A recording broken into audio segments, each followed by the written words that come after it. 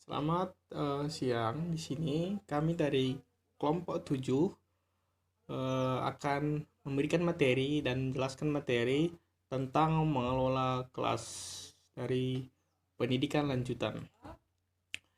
Yang pertama, di sini kami ada anggota kelompok kami yang berjumlah 4 orang. Yang pertama Marsha Wadina, Bentley Warida Manik, Golda Maria, dan Dwi Fani Manik. Kami lanjutkan. Pengelolaan kelas yang efektif. Pengelolaan kelas yang efektif sering disebut juga dengan classroom management. Pengelolaan kelas yang baik akan membuat menjadi strategi untuk menjadi kelas yang positif dan produktif. Di dalam pengelolaan kelas yang efektif ini tidak hanya meliputi mencegah dan menanggapi perilaku yang buruk saja, tetapi juga yang lebih penting yaitu bagaimana cara memanajemen kelas yang baik yang dapat memaksimalkan kesempatan pembelajaran bagi murid. Selanjutnya di sini ada cara-cara pengelolaan kelas yang efektif. Yang pertama itu mendesain lingkungan fisik kelas untuk pembelajaran yang optimal. Yang kedua, menciptakan lingkungan yang positif untuk pembelajaran. Dan yang ketiga, mengejarkan dan mempertahankan aturan dan prosedur.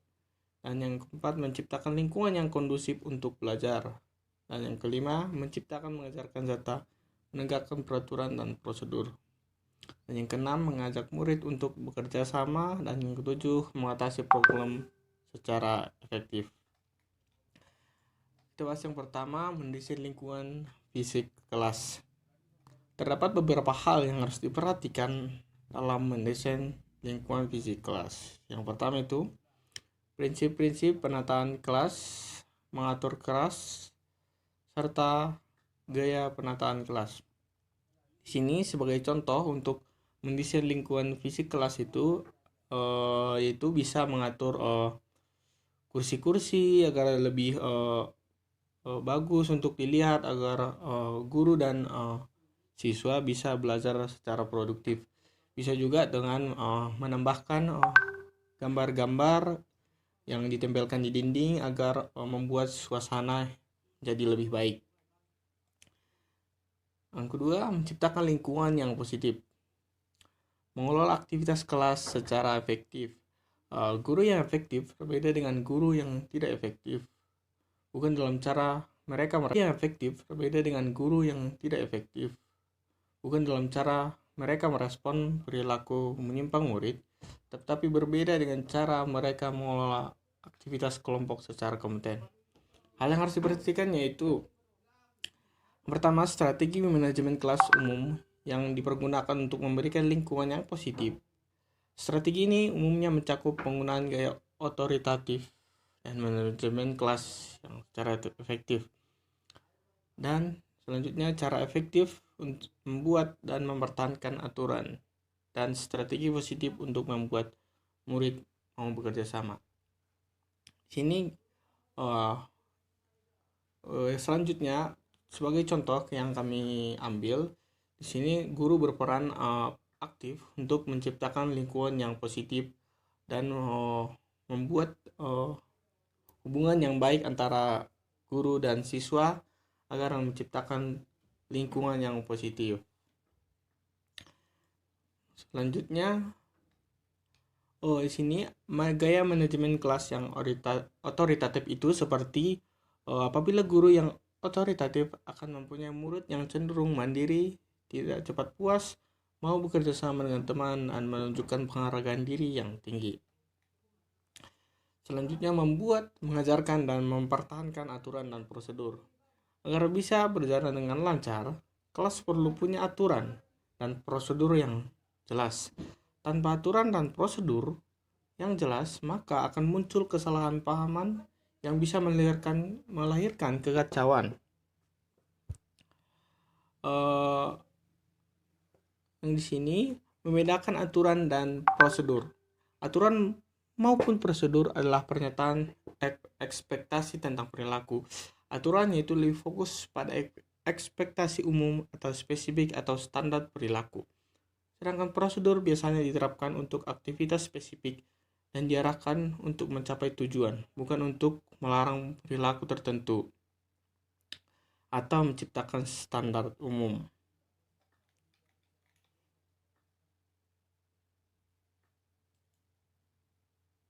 Mengajarkan aturan dan prosedur. Beberapa guru melibatkan murid dalam membuat aturan, dengan harapan akan mendorong mereka untuk lebih bertanggung jawab atas tindakan mereka sendiri. Keterlibatan murid dalam pembuatan aturan dapat beragam bentuknya, antara lain dengan diskusi alasan penentuan aturan dan makna aturan tersebut. Eksperimen berarti membangun dan memelihara lingkungan di kelas yang kondusif bagi pelajaran dan prestasi siswa. Siswa dapat belajar lebih banyak di beberapa kelas dibandingkan lingkungan kelas lainnya. Kelas yang diatur dengan baik adalah kelas di mana siswanya selalu terlibat aktivitas belajar yang produktif dan perilaku mereka jarang mengganggu tercapainya pembelajaran, dan menciptakan serta mempertahankan suatu lingkungan di mana para siswa selalu terlibat dalam aktivitas yang produktif dan menjadi tugas yang sulit.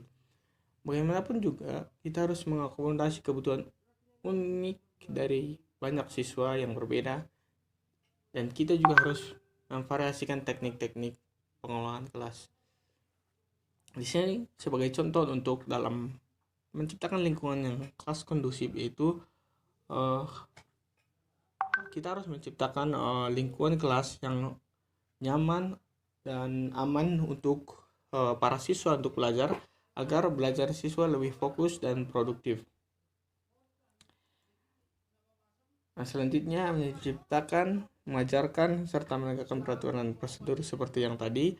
Agar kelas berfungsi dengan lancar, diperlukan adanya aturan dan prosedur yang didefinisikan dengan jelas.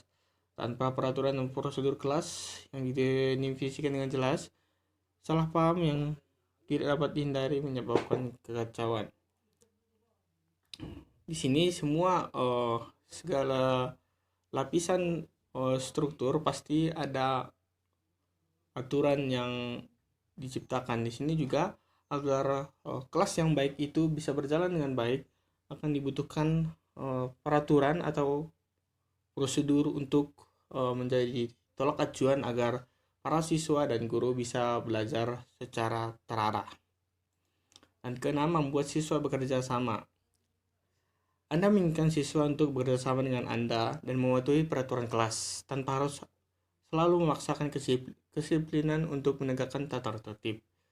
Bagaimana Anda bisa membuat siswa bekerja sama? Ada 3 strategi utama. Yang pertama, mengembangkan hubungan yang positif dengan siswa. Yang kedua, membuat siswa berbagi dan memikul tanggung jawab, serta menghargai perilaku. Yang ketujuh, mengembangkan hubungan yang positif dengan siswa.